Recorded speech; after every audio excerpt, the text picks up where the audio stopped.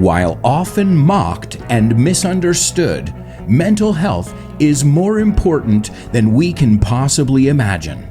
Understanding the intricate human mind and all its mysteries is a meticulous undertaking. Even though numerous advancements have been made, we still have a long way to go. We'll make sense of mental health with my mom on this week's episode of FYI. Welcome to For Your Info. Inglés. You got it.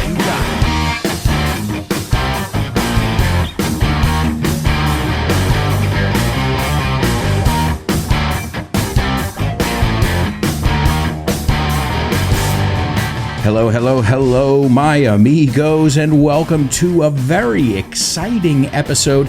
Exciting because she is back by popular demand, as we say in English. You guys asked and you shall receive. You said that you loved the episode on family so much with my mom that I decided to put her to work here in Madrid, and she's in the studio with me again. And what a pleasure to have her here with us. Ladies and gentlemen, a nice warm welcome to my mom, Linda Alonso. Hello. Hi, Alberto. Hi, how are you, Mom? Welcome back. Thank you. I love being here. This is so much fun. It's a pleasure to have you back on the show. I can't believe it myself. People asked, they were saying, hey, you got to get your mom on the show, not just here on FYI with my FYIers, as I call them, but also with my show with no namers. So as I said before, back by popular demand. They really enjoyed your participation last time, and so did I. So welcome back. And I enjoyed participating last time, too, as well. Well, it's wonderful to have you here on board, Mom. Well, let's take a look at the intro before we get into anything. We'll start from square one, as we say. And I usually like to put a lot of great vocabulary in the intro on purpose. As you know, I'm always looking for adjectives. And let's take a look, and then I want to find out more about you. Now, I know a lot about you, but maybe our listeners don't. And that'll tell us a little bit why you're here to tell us about mental health and why you're qualified to at least give us information that maybe some of us aren't aware of. And to be aware of something is estar consciente. So I started, Mom, by saying, while often mocked. What does it mean to mock something? To mock means to make fun of. Absolutely. To mock, to make fun of. And misunderstood. I think everybody gets that one, right? Not understood well. Mental health, in Spanish, do you know how to say that, Mom? Salud de bienestar. Or salud mental, we can say as well. Mental health is more important than we can possibly imagine. Understanding the intricate, and that's a good adjective. Remember, we don't pronounce it intricate, intricate. What does that mean? Very complicated, very complex, like the most advanced computer. Absolutely. There you go. Mom, you could be a good teacher. You're not only a clear communicator, but you're also a wonderful teacher as well. And then I said it's mysteries. Careful, students. A lot of my students spell this word with an I instead of a Y. And I know why, because in Spanish they write misterio with an I. But in English, guys, remember, it's with a Y. And then I said it's a meticulous undertaking. What about that adjective, Mom? Meticulous. You have to be cautious on every step. You know, it's you have to look at each aspect of it with like a microscope. A microscope, yes. Sure, that's the word I was thinking of. Great. Now, don't worry, I got you. I was reading your mind there. Speaking of the mind, and an undertaking is a duty, a chore, something that we have to carry out, right. To undertake. And then I said, even though numerous advancements have been made, and we're going to talk about the history and all those advancements a little bit later on. Then I said the expression, we have a long way to go. What does that mean to somebody who's not native? Because we have a long way to go. We're not nearly done with understanding the human mind and mental illness. to fully comprehend it. I think in Spanish it's pretty similar. Nos queda mucho camino por delante. You know, we have so I love putting these two expressions together. We've come a long way, but we have a long way to go. Means you're still on the journey. You're still and aren't we all? Absolutely. Aren't we all really a work in progress? And then I said we're going to make sense of mental health on this episode. And before we start, my mother and I are going to joke around. Why? Because that's how some people have their defense mechanisms. And my mother and I know that because I know you very well, Mom. And correct me if I'm wrong, but our sense of humor is part of our coping. It's one of the wellness tools. Yes. Sure. Your sense of humor. To cope is a great word. To cope is to deal with something, right? So it's a coping mechanism. So we will joke on the episode, and we're going to look at, adjectives, different ways to say the word crazy, and we'll talk about the stigma behind it as well. But I want to start with a little disclaimer and just tell people what we are talking about today is a very, very serious topic. Yes. It shouldn't be taken lightly. If you or anyone you know is going through a difficult time, and believe me, in these days that we're living in, it's believable and understandable. There's always help. Yes, there is. There's always help. Whether you're in an emergency situation where you feel like there's no way out, you can get emergency help. Obviously, in every country, it's different. But even if you're just down in the dumps, you're not feeling well, especially I know in Spain, there are mental health facilities and you could get free help. So this is we're gonna try and keep it light, but this is no laughing matter. It's Absolutely a very serious matter. So again, if you or anyone you know has any symptoms or just, we all have bad days, let's put it that way. But if those bad days are more than the good days, that's when sometimes we should maybe just talk to someone. Sometimes just talking to someone, which in English has a double meaning, doesn't it, Mom?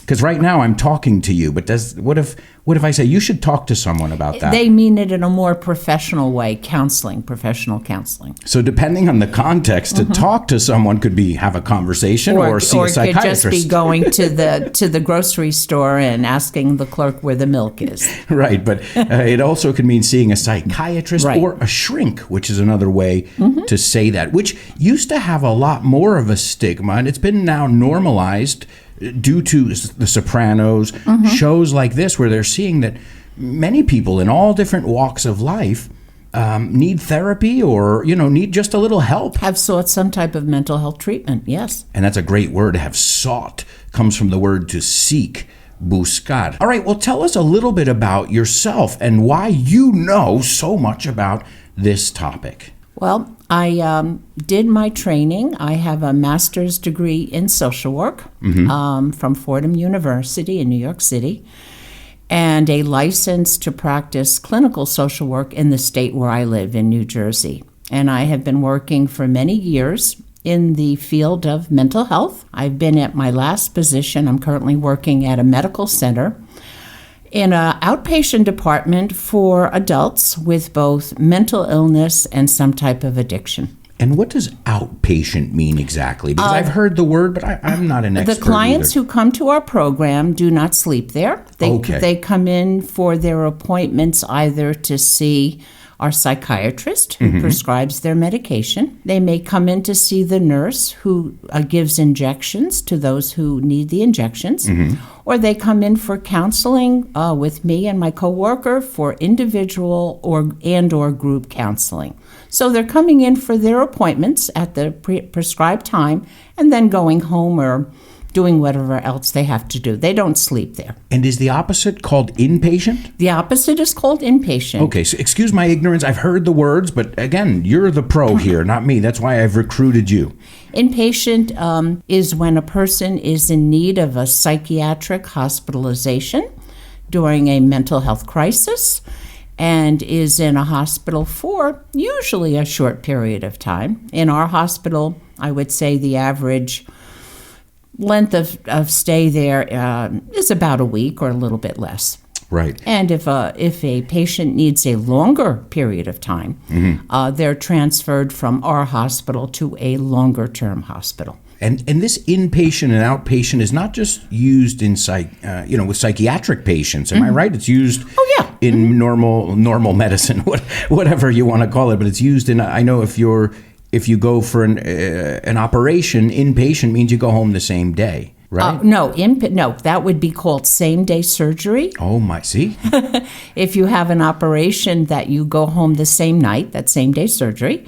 And if you need to be there at least overnight, then you're inpatient in that hospital. So inpatient means you're spending the night at the hospital. But the program that I'm affiliated with is outpatient.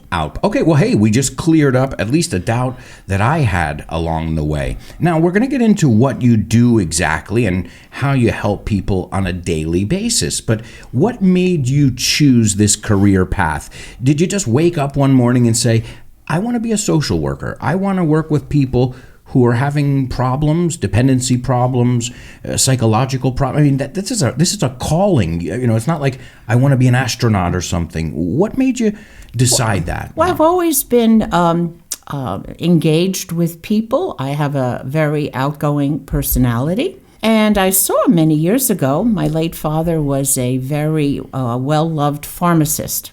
And I used to help him out at times in the weekends at the drugstore. And people would come to him for advice. Now, again, he was a pharmacist and his training was very different. But I saw the respect that they had for him. And for me, I knew pharmacy was not going to be a career that I could pursue. But I chose social work, where I would be able to meet with people and help people in a slightly different way than he did. But I think many people in our family, your brother's a cardiologist, your cousins are pharmacists, everybody in our family, it seems, or most of us, seem to work in a field where they're helping humanity, helping people. My sister is also an MSW, a Master in Social Work. Her job is very different. She works with dying people in hospice. See, I knew that one, hospice. I think they say paliativos in Spanish. So we have the same degree, but she does very different work than I'm doing. So a social worker really can have many different duties, many different... Depending on the place, the agency that they're working, absolutely. And I thought, why not, since you just mentioned Grandpa, we gave him a shout out, and I'm named after him. That's right. Why don't we dedicate this episode to him? That's wonderful. You want to do that? Of we can course. dedicate this episode because he would have gotten right behind that microphone just like you. In fact, that's why, guys, let me explain something. I told my mom the other day, do you want to do an episode? I thought we could do one on mental health. I even pitched it to my patrons and they loved the idea. And then my mother and I had a little brainstorming session, right? On the sofa, I think it was pretty informal, pretty casual.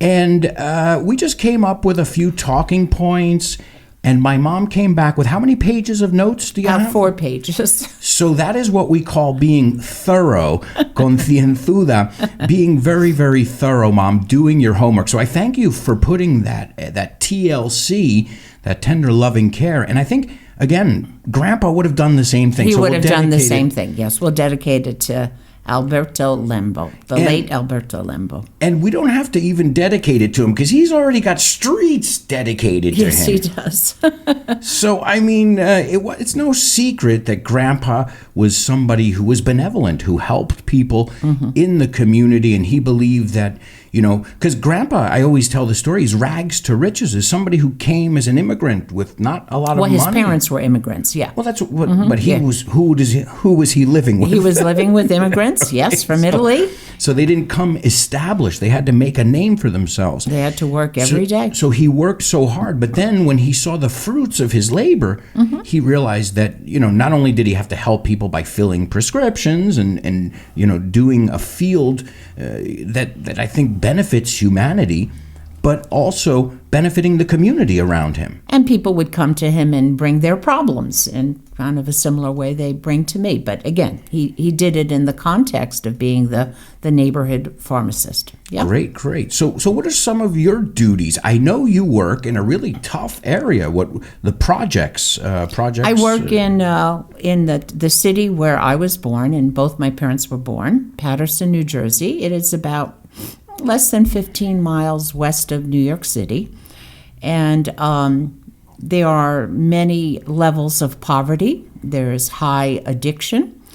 At one time, it was the place that had more than enough work for people who came, but now there is not enough work for individuals who live there. Yeah, so at one time, Paterson was the heart of the Industrial Revolution. Correct me if I'm wrong. That's where Mr. Alexander Hamilton founded the first planned industrial city in the United States. It's Paterson, New Jersey, where I was born and where I currently work. Alexander Hamilton. Sorry. That one. I had to do the musical theater reference. That one. And that's something I got from you too, that love of musical theater. It's incredible just because and I hate to say it, you risk your life, but it's true. You go into an area where there's a lot of poverty, there's a lot of addiction, and that leads to violence. I mean, we all know. Yes. And I have to be honest, I give you a lot of credit because not only are you working with people who a lot of people don't want to deal with, right. but you're going to them. You're going into a neighborhood that most people would not voluntarily go into. I feel very comfortable there again with the clients. Part of my job is building what they call a therapeutic relationship with the clients, understanding them, listening to them. Many people, most everyone needs to be listened to. And oftentimes individuals with mental health issues are not listened to. Or they don't feel like someone cares. Or they don't feel someone cares. Sure. So I am there. I do the best I can to understand, to help them make better choices, to help them set and work on their goals in life, and to help them get the both co-occurring disorders treated, their mental illness and addiction.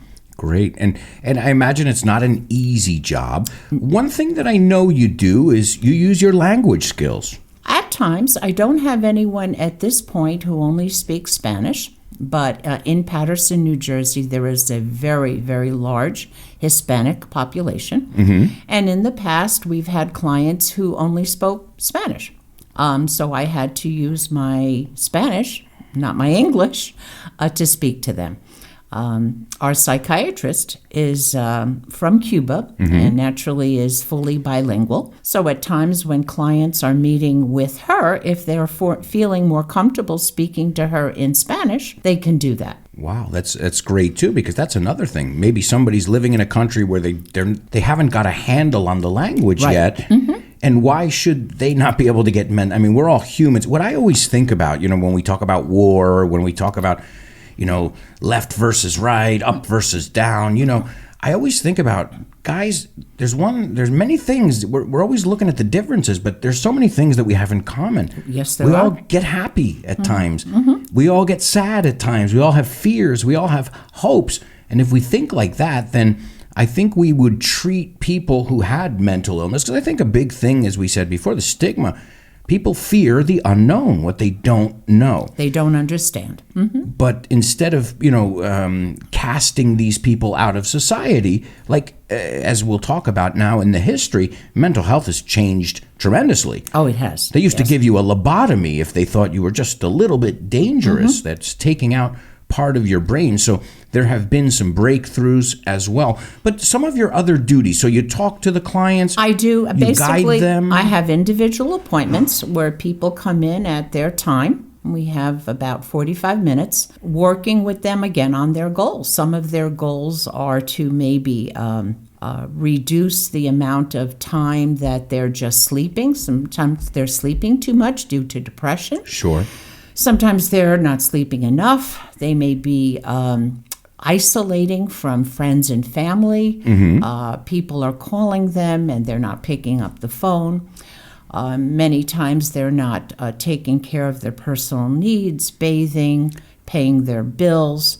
So all aspects of their life are suffering if they are not being treated or not getting the right help they need. As you say, too, like indirectly, they're crying out for help. Yes, they are. Right? The expression to cry out for help is you're begging, you're saying, please, somebody help me. This is why sometimes a kid's bad behavior as a child is them saying, help me, I'm going through frustration or some kind of interior thing, because the mind, as we said before, is intricate. It's not something we'll ever understand fully. But it's the goal of people like yourself, psychiatrists, people in this mental health industry and profession. And before I called them clients, I used the wrong word, patients, obviously. Yeah, no, they're clients. Yeah, because again, I said clients, but it sounds like somebody who's going to purchase advertising off of you. No, but that's how we use it in the United States. I don't know. So you help people put the pieces of their lives back together so they can kind of go back to living in society? We have actually in our building a program for individuals who, some individuals would like to go to work. So we can refer them to a program that helps them to get the resume ready, helps them look for work. We also have a housing component in our program, different levels of housing, from a 24-hour supervised group home to what they call supportive housing, where a person has a visit from a counselor once a month. So the issues for the mentally ill is not just the mental health, it's the other services around them, their housing, finances. It reminds me, everything. You're a Christian woman, and isn't there a biblical saying that give a man food and something like this, but teach him how to fish? And he can get his own, something like that. I know there's some kind of expression that says... I don't think that was biblical, but yeah. There is an expression like you giving someone the tools, because if you just do it for them, they're back where they were. Well, the one thing that in my profession of social work, don't do something for a person that they can do by themselves. So you can help and guide them, but ultimately the more they'll be able to be self-sufficient, the better they are. Right, absolutely. So you're giving them the skills, the tools, the confidence. As you said, maybe somebody needs to help them, even if you don't have the answers, just them getting it out. I know sometimes when I say something aloud, even if no one's listening, I'm like, oh, so that's what's, okay. Like for some reason, saying something aloud, getting it off your chest, great expression, quitándotelo de encima is such an important thing. Let's look at some statistics, because I imagine there's some pretty alarming or huge I hope statistics. Everybody is sitting down. Or lying down, Or right? lying down. Because like in a psychiatrist on a couch, right? Well, they don't do that anymore. When people go see our psychiatrist, or they come to see one of the therapists, we sit in chairs. Well, I imagine you would just keep coming back. You're like, it's an hour where I get to lie down and just talk about my problems? Can I have a margarita, please? No soup for you and no lying down for you. No, okay, so that's more from the cartoons, right? But anyway, some of the statistics are 450 million people worldwide have some type of mental illness. Oh my goodness. And the estimation is between 76 and 85% of the people with mental illness worldwide receive no treatment at all. And why is that? Is that because they don't know they're mentally ill? Well, depending on the area of the world, it might, there are, what are they going to eat? Where are they going to sleep is more needed. The Maslow's hierarchy. Right. So, and in some places that are more developed, again, in the United States, oftentimes we have clients who are in the program, they've been accepted, they can get the treatment, and they stop coming. Sure. So we try to reach out to them by calls, by letters, but if they do not want the help, we cannot force them to. So, but it's very, very high. Now, 1 in 4 families have at least one person in their family with mental illness. Did you know that, Alberto? You know what? It makes sense. I know everybody. One in 4 families. So it's very, very prevalent. It's more common. Depression is more common in women than it is in men. Okay, so there are a bunch of statistics. I don't want to, turn it into a statistic show, but it's. I think it's almost like I feel like cancer. The word cancer.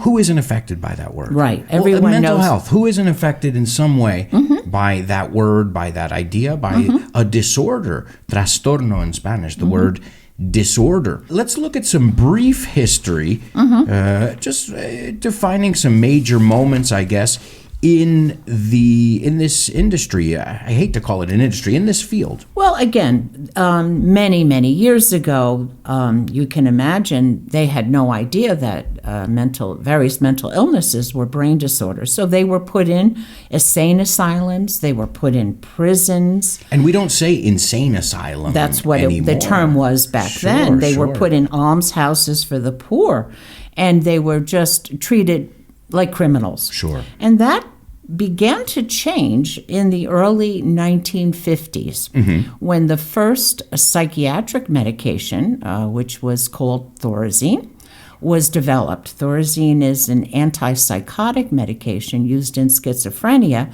and for the first time there was treatment that could help change the chemicals of a person's brain. Right, not throw them into a hole in solitary confinement and cast them aside. Right. And then in the 60s, under President Kennedy, the reforms of putting community mental health centers was passed. So there was, from that time on, more community services and less in the way of hospitals. So we've come a long way. We have many more bridges to cross, but at least it's not the almshouses and the insane asylums lobotomies, anymore. Lobotomies, no. Some of these archaic treatments and centers. Right. I mean, you even see some of these old abandoned hospitals now, and you're like, this looks like a jail. This does not look that's what it was. Like a place where somebody who's... Nobody got better. Your surroundings, we all know the importance of your surroundings. So if you're surrounded by,